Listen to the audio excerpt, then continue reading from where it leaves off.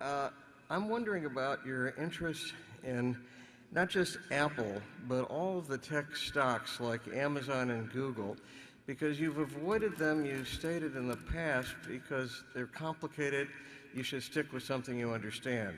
On the other hand, Amazon and Google have what you call a very durable competitive advantage. They really hardly have any competitor. And that's true in China, too, of Alibaba and Tencent. So it seems like it's a conflict, and I'm wondering if you're going to be turning the corner and going into these tech companies that seem to have no serious competition. Well, we certainly looked at them, and we don't think of whether we should be in tech companies or not or that sort of thing. We are looking for things where we do get into the durability of the competitive advantage, and whether we think that our opinion might be better than other people's opinion in assessing the probability of the durability, so to speak. But the truth is that I've watched Amazon from the start, and I think what Jeff Bezos has done is something close to a miracle. And the problem is, if I think something will be a miracle, I tend not to bet on it.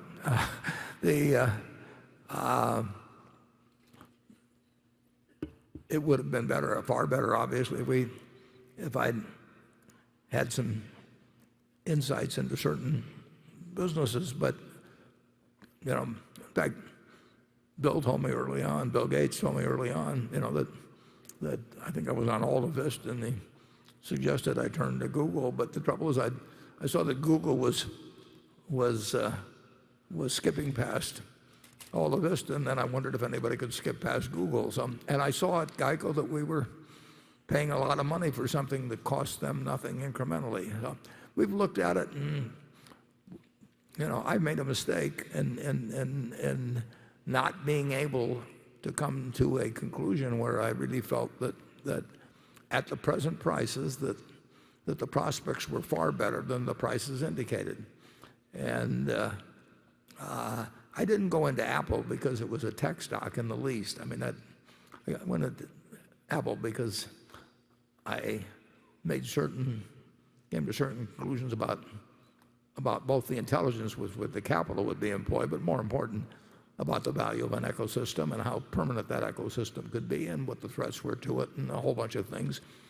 And I don't think that required me to take apart an iPhone or something and figure out what all the components were or anything. It's much more the nature of consumer behavior. And some things strike me as having a lot more permanence than others. But the answer is, I'll miss a lot of things that I don't feel I understand well enough. And there is no penalty in investing if you don't swing a ball that's in the strike zone, as long as you swing at something at some point, and eventually that you find the pitches you like. And that's the way we'll continue to do it. We'll try to stay within our circle of competence. And Charlie and I generally agree on sort of where that circle ends, and what kind of situations where we might have some kind of an edge in our reasoning or our experience or something, that where we might evaluate something differently than other people. But the answer is we're going to miss a lot of things. Charlie? Yeah, we have a wonderful system. If one of us is stupid in some area, so is the other. And of course, we were not ideally located to be high-tech wizards. How many people of our age quickly mastered Google? I've been to Google headquarters.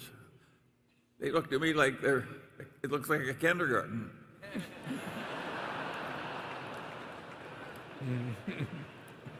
A very rich kindergarten. Yes.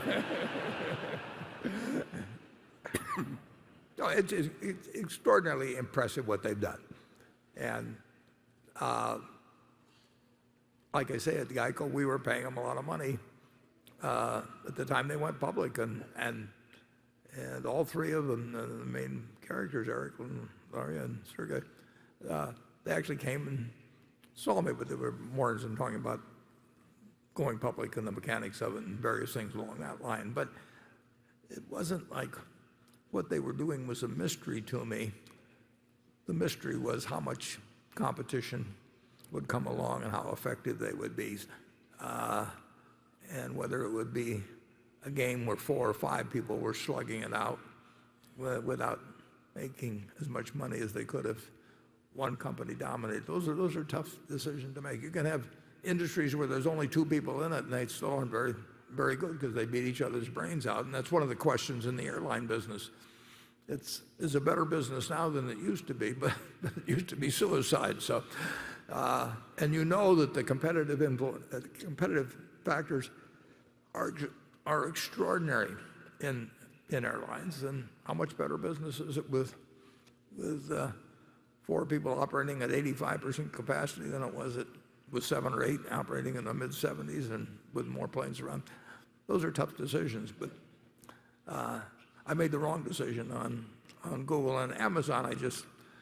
I really consider that a miracle that you could be doing Amazon Web Services and changing retail at the same time without enormous amounts of capital, and do it with the speed and effectiveness of what Amazon has done. I underestimated.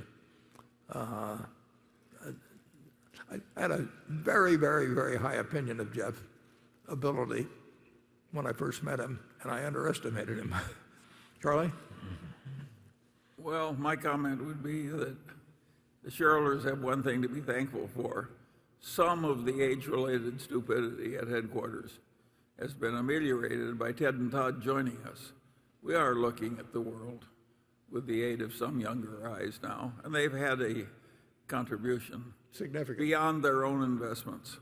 And so you're very lucky to have them, you shareholders, because there's a lot of ignorance in the older generation that needs removal.